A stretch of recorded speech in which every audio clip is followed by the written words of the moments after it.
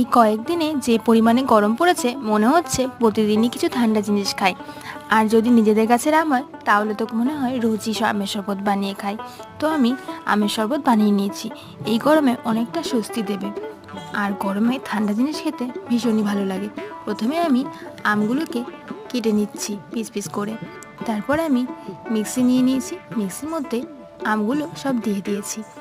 আর দিয়ে দিলাম ধনেপাতা আর দুটো কাঁচা লঙ্কা আর চিনি দিয়ে দিচ্ছি, একটু বিট লবণ দিয়ে দিলাম আর সামান্য জল দিয়ে আমি এটা ব্লেন্ড করে নেব।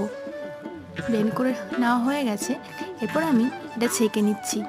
ছেঁকে নেওয়ার পরে আমি এটা গ্লাসে ঢেলে দেব আর একটু বরফ দিয়ে দিলাম গ্লাসের মধ্যে। তারপরে আমি শরবতটা ঢেলে দিচ্ছি, এর মধ্যে একটু লেবুর রস দিয়ে দিচ্ছি। সাজানোর জন্য আমি লেবু দিয়ে সাজিয়ে দিচ্ছি। একবার তোমরা বাড়িতে করে